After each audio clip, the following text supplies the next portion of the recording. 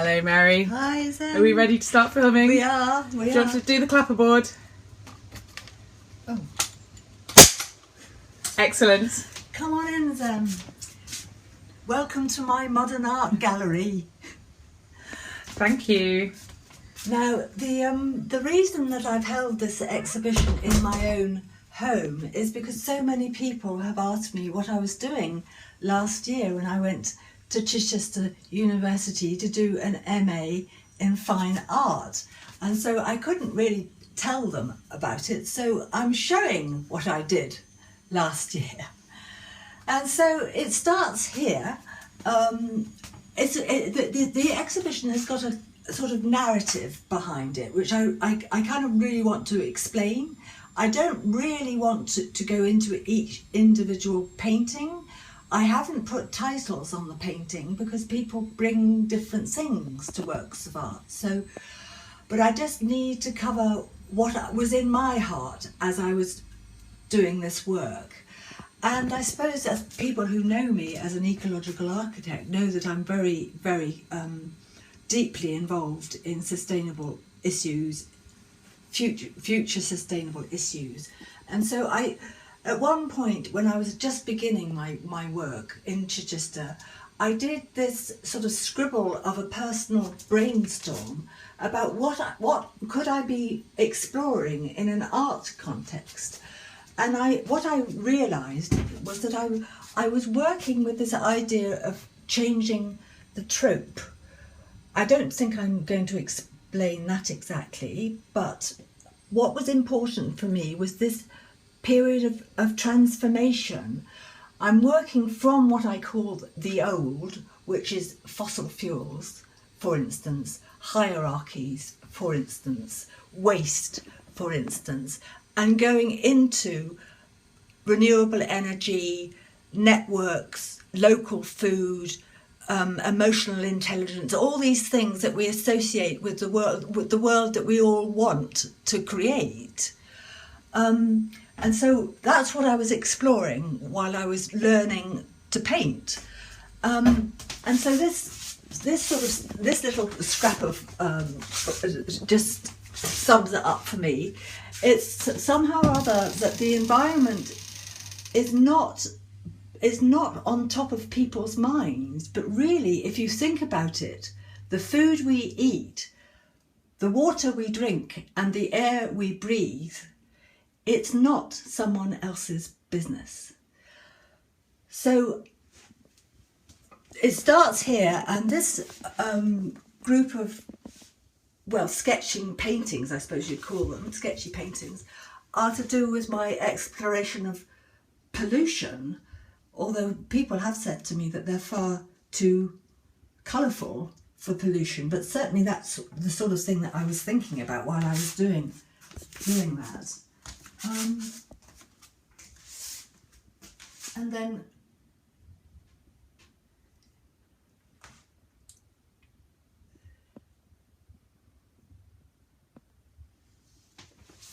And then coming in here, this room, we start from this painting, but it might be an idea to actually show you the extent of the work that which I describe as my sorrow and my pain for the world, my anger. That door's creaking. I'm asking myself, what are we doing to our world with these paintings? And so it starts off with this called the Clydeside Garden, and of course the trident comes past my window on a regular basis here in Weems Bay, and it goes through my various stages of my sort of sorrow until we get to this painting. So just going through these few, this one here on this wall, I just called the brokenness. Okay, hold on 1 second, I'm coming round. It's got trident there. I've just called that the brokenness of the world, that one on that wall.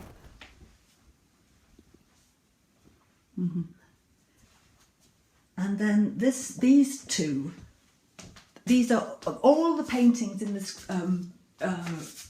exhibition are oil paints on canvas, apart from these two, which are oils and crayons on strong cartridge paper, and another one which I'll point out later, which is a screen print. And all the while when I was doing this, I was learning about techniques in oil painting, and so I was having to experiment like I'd never been able to or been instructed to before. And have you said where you were doing this? At Chichester, I just happened to find this little art school that was actually accessible for me because I have a disability. And I looked at various art schools, and although they're doing their best, I knew I couldn't actually manage to do the course in the building. So the art school at Chichester was just wonderful. And it turned out that the teaching was also very, very excellent. And I had the most wonderful time while I was there. And also meeting all the other students. I wasn't the oldest. I was not the oldest. And all the young people coming out of school, they were all inspirational for me. But there I was learning how to paint, but this was what I was following up from my heart. And so these two are really sort of almost like art therapy. I was dealing with my rage, and you'll see that I've even got a little I've got a photocopy of Munch's The Scream. Sort of, I shuffled it in there because this is my sort of scream about, well, what are we doing to our world? So, and then we come on to the others, which this diptych is, well, you know, paintings should speak for themselves, I suppose, but what I had in mind there was this one is the way in which we see the sea, but this one is actually what is happening, and what we don't see, but that's what is real. This one is real because we have a band of plastic under all the oceans in the world. It's almost unbelievable that we've managed to do this as a human species. But anyway, that's what we've done. And it's funny because the one on the right is so much prettier. Well, people have said that to me, it's like, you know, and certainly I don't want to be celebrating what we're doing, you know, but of course plastic is very bright coloured, isn't it? But it's also deadly, as we know. So this one was when I was thinking of the abyss. But as I say, people bring to paintings, you know, what they bring to painting their own experience, but that's what I was thinking, that we're so near the abyss. And then what happened? Well, and then I go on to this one is where it's sort of my narrative begins to change with this painting, because what this signifies is the black and the yellow in the corner is all my upset, my anger, my despair, my sorrow that I bring. Well, it's in my life and it's there constantly, but you have to actually let it go, so that I bring all this sorrow to my world and then I let it go. And I have to say at this point that I really must say something about Joanna Macy's work. Mm-hmm. And if you haven't heard about Joanna Macy, just Google Joanna Macy and you'll find her website. I happen to have the good fortune to meet and be trained by Joanna a long time ago in the 1980s. And her thesis and all her work is based on the idea that we have to really transform our sorrow. We don't have to hide it, we have to express it, we have to be with it and transform it into hope for the world. That's the essence of her work. And so this is the essence of my my work, in a sense that I'm trying to bring a visual expression to that. And so this painting is about that sense of letting go. And Joanna taught me a wonderful meditation where you bring the sorrow of the world, the pain of the world, through your heart. You let it go and think of it as the compost for the new whatever life you happen to, because what is happening in the world is that things are changing underneath the surface in every aspect of your life, in law, in architecture, in business. Everything is changing. We just aren't seeing it. But nevertheless, by ignoring the pain of the world, it actually brings people into apathy, which apathy is not a sense of can't be bothered. Apathy is that I can't bear this. I can't actually bear this anymore. And so I'm just going to block it out. So that's what I'm bringing to my work, is that I'm not blocking it out. I'm all the time I'm painting, I'm with the pain of the world. I'm letting it go. And then, of course, it brings me into the joyous side. I've just lost an earring.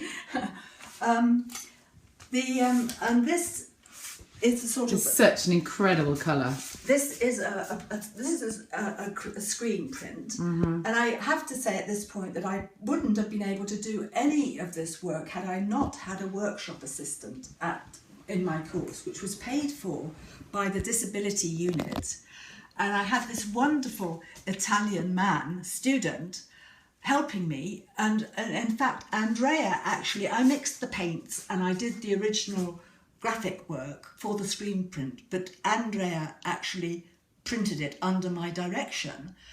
And of course I wouldn't have been able to do any of this work because he was making canvases for me, he was clearing up my paints, he was just such a wonderful support. And so all I'm saying is, you know, I couldn't do this I can't do this without help.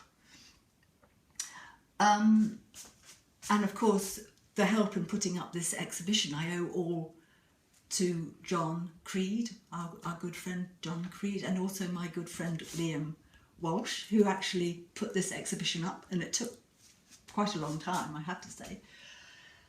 So this painting, this screen print, is actually inspired by the work of Polly Higgins. Now, Polly Higgins is a barrister, or she was an international barrister. She gave up her work one morning when she woke up. She suddenly said to herself, "The earth needs a lawyer."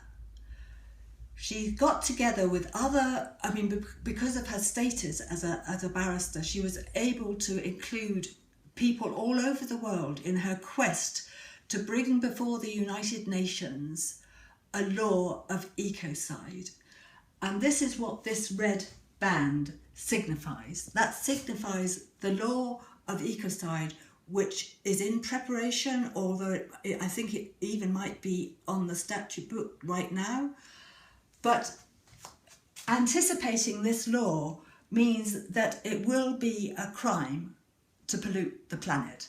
And so all this is the fossil fuel era, creating all this pollution, and this law is opening the gate to a new future of renewable energy. So that's what all that's about. And then when I say it's opening the gate to a new future, the new future is about community.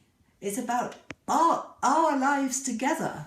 And it's already happening. So we already have community gardens, we already have community orchards, and we already have community farms, although it's not very much known about. And so this is really what I'm wanting to paint about in the future, is all the things that are happening in the world that are wonderful and optimistic and hopeful. And while I was doing my course in Chichester, I was also looking at other painters' work, and I discovered an awful lot of very, very dramatic paintings and sculptures, all about the dreadful things that we are doing to the world. But I've found very, very few paintings that were thinking about what will happen if we transform the way of being in the world and we get to a sense of interconnectedness with all life. We get in touch with our energy. We go forward with hope and optimism. And so, in fact, the rest of my paintings are all about that hope, optimism, and energy, which actually comes from really looking at the pain that you also feel in your heart. Joanna always said to me, or us, she said, when you don't feel pain, you can't feel joy either. And that's absolutely right. So the next thing is that we go up the stairs, and this painting, as we go up the stairs, this one is the first abstract painting I ever did in my life. This one up here. And I'm going to keep that painting because it really does have a sort of significance for me, because this is when I started to change my painting practice altogether. So now this is the first painting that I've ever did as an abstract painting. I'd never ever done an abstract in my life before, and with the encouragement of my tutors, this is what I embarked on, and I just loved doing it. And I suppose, in terms of all the paintings from now on are just about energy and joy and all those things I was talking about earlier. And so this one, that's what they all are about on the landing. So shall I just leave you then to have a wander?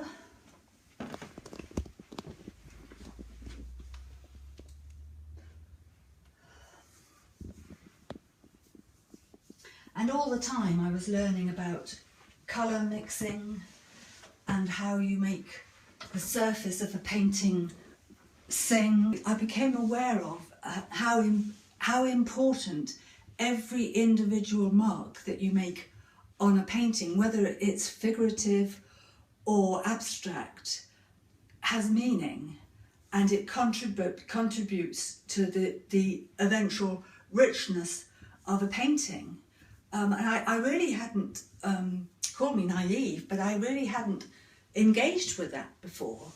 And so it's like a painting is something that you make. It's a made object, and the surface of a painting is really important. That's the revelation that I had, and also the sense of composition. How and tone, composition, tone, light and dark, colour relationships, all these things are working together. This is a really quite significant painting for me, this particular painting, because it was very hard work. I really had to work very hard on this painting. And of course it started off completely differently. It was a completely different work when it started. And so it's been completely transformed in the process. And there you can see that I'm using my whole body to make a mark, like this sort of mark is a whole body mark. And that's really, again, it was very, very interesting for me to find the way in which you do use your whole body. And of course that came into the later, the larger paintings that I've done, the very large ones, were actually my latest paintings, and these came before it. So I was learning all the time how to do things, actually how to manage the paints. And of course you have to be very bold. You just have to have courage and go for it. And well, it's fascinating. It fascinates me anyway. And where does this take us now? Into the bathroom? Yes. Well, this painting. Well, again, what I describe as joyful. I mean, there's no other meaning in them apart from I'm experimenting with the actual painterly surface. In this particular one, I've experimented with this idea of a little bit of transparency in the top half and opaqueness of the yellow sort of raggedy line at the bottom of the painting. So all the time I'm sort of thinking about ways of putting the paint on the surface in different ways.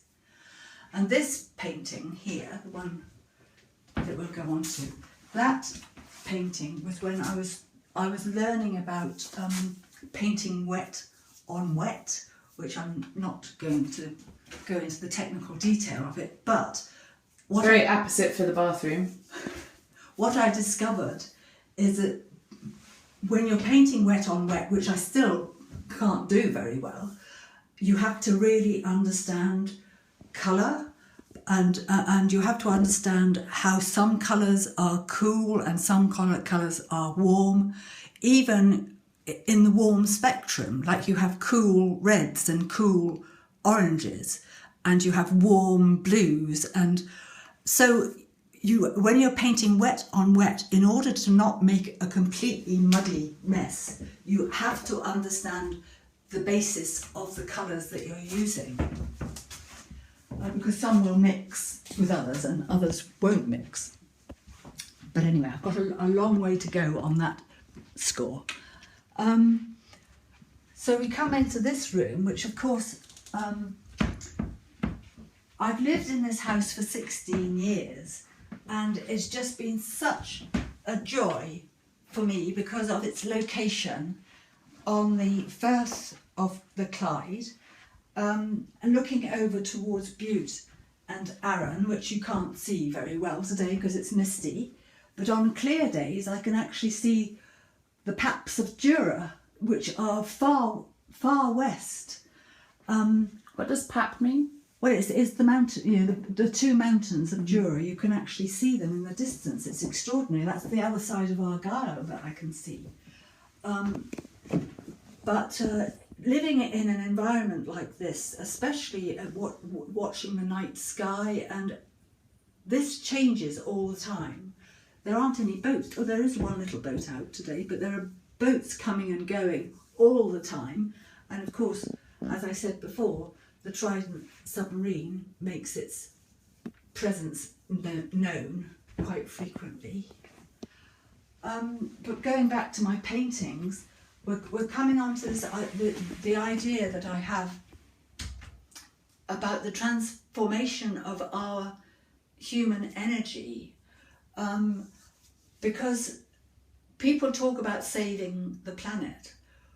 Well, the planet will take care of itself, but it won't be a place for human habitation. That's what's so awfully serious about what we're dealing with. And of course, we all find it very overwhelming, but thinking about the transformation that we have to make, it's about the human being seen or being felt as individuals, that we are part of the natural world. We're not separate from it. We are part of it. And even that sort of change of consciousness, if you like, is really, really important. And that's what these paintings are about. And so these ones, as you can see, are trees, but I've just very gently signified the human figure in the forest. And this one on the right hand side is a study for the large painting in the next room, which again just it's trying to embody this idea that we are not separate. We are all one with the natural world, in a muddle, dancing, joyful, whatever. And I think, well, that's what it means to me. I mean, obviously other people can bring other things to it if they want to. So we're coming near the end now, and coming into this room. These two paintings are again me experimenting with ways of putting on paint and colour combinations, if you like.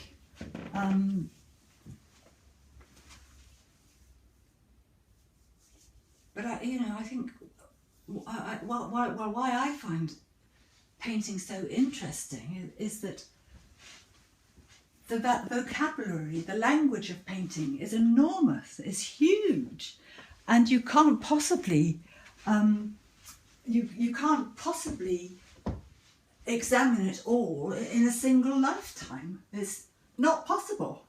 And so obviously that you take the work of painters that have gone before, and of course the way in which photography started has actually, if you want a real, an image that looks like something real, you take a photograph of it. It's no longer necessary to paint it. So one has to get another feeling of what is a visual work of art going. And personally, I love doing these sorts of paintings, but they are very personal to me. And again, people can bring to them what they like. But I actually do like the idea of a little bit of figuration, which is this large painting, which of course the small one in the other room was a study of. And I call this painting the re-enchantment of the world. And for me, it's all to do with this idea of people becoming really joyous and dancing and celebrating the wonderful habitat that we live in and the wonderful sacred dimension of life. And so really that's what the image is for me. And again, people can bring different things to it.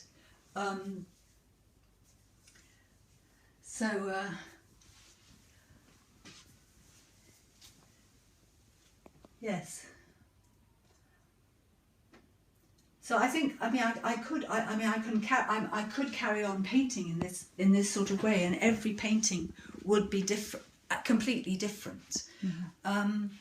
But I guess this last one is just a complete change of palette, and that's what I'm saying about the unending exploration that there is to be had in painting. Just by a simple change of palette, you have a completely different sort of painting. And I really don't think I need to say much more. It's been a complete delight for me to open up my house.